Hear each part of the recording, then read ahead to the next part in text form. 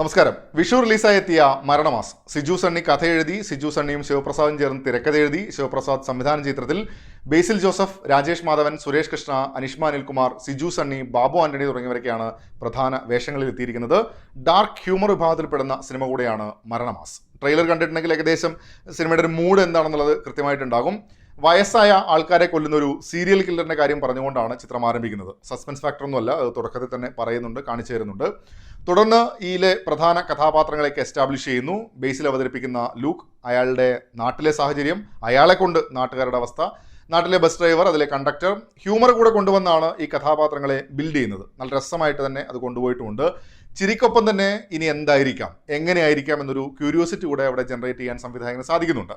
നേരത്തെ പറഞ്ഞ ബസ് കൂടെ ഒരു പ്രധാന സംഭവമായി എത്തുന്നുണ്ട്. സിനിമ ഒരു ഘട്ടത്തിൽ ബസ്സിലേക്ക് ചുരുങ്ങുമ്പോൾ ഇടയ്ക്ക് മുന്നോട്ട് പോകാൻ സ്ട്രഗിൾ ചെയ്യുന്ന അവസ്ഥയും കഥയ്ക്കുണ്ട്. ബേസിലിന്റെ ലുക്ക് എന്നത് നേരത്തെ ശ്രദ്ധ നേടിയതായിരുന്നു. ന്യൂജൻ വൈബിൽ ജീവിക്കുന്ന ഒരാൾ ബേസിൽ അത് രസമായി ചെയ്തിട്ടുമുണ്ട്. കുറേ സൂപ്പർ സ്റ്റാർ പദവികളൊക്കെ ബേസിലിന് കൊടുത്തതും കൊള്ളാവുന്നൊരു പരിപാടിയായിരുന്നു. ലുക്കും ആറ്റിറ്റ്യൂഡും ഒക്കെ രസമായിട്ട് തന്നെയാണ് തോന്നിയത്. ഇമോഷണൽ ആകുന്ന സമയത്തും ആ കഥാപാത്രത്തിന്റെ ഐഡന്റിറ്റിയിൽ നിന്ന് തന്നെ മികച്ച രീതിയിൽ ചെയ്യാൻ പറ്റിയെന്നാണ് എനിക്ക് കണ്ടപ്പോൾ അനുഭവപ്പെട്ടത്.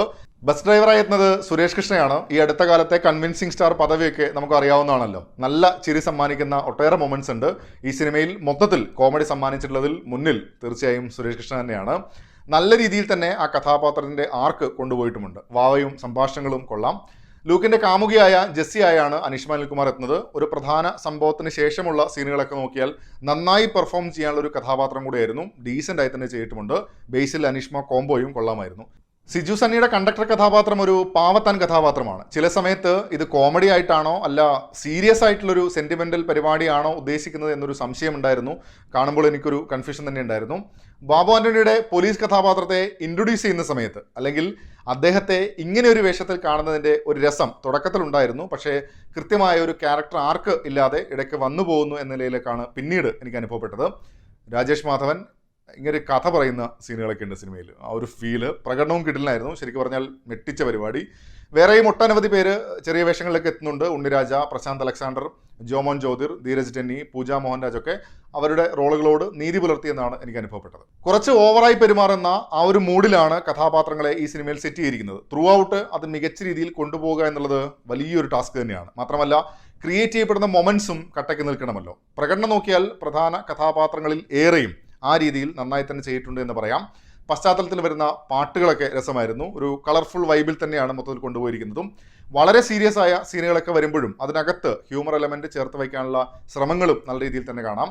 രാത്രിയിലാണ് കഥയുടെ ഭൂരിഭാഗം സംഭവങ്ങളും നടക്കുന്നത്. ആ ഒരു ആംബിയൻസും മികച്ച രീതിയിൽ തന്നെ സിനിമയിൽ വന്നിട്ടുണ്ട്. സാഹചര്യങ്ങളിൽ അതിലെ എക്സ്പ്രഷൻസ്, സംഭാഷണങ്ങളൊക്കെയായി കോമഡി ജനറേറ്റ് ചെയ്ത് പോകുന്ന സിനിമയാണ് മരണമാസ്. തുടക്കത്തിൽ ഞാൻ പറഞ്ഞതുപോലെ ഈ കഥാപാത്രങ്ങളെ നമുക്ക് മുന്നിൽ അവതരിപ്പിക്കുമ്പോൾ തന്നെ അവരുടെ ജീവിത സാഹചര്യങ്ങൾ വെച്ച്, സ്പൂഫ് രംഗങ്ങൾ വെച്ച്, ആനുകാലിക സംഭവങ്ങളൊക്കെ വെച്ച് ഒരു ഫൺ മൂഡ് കൊണ്ടുവരുന്നുണ്ട്. അത് വർക്കാവുന്നതുമുണ്ട്.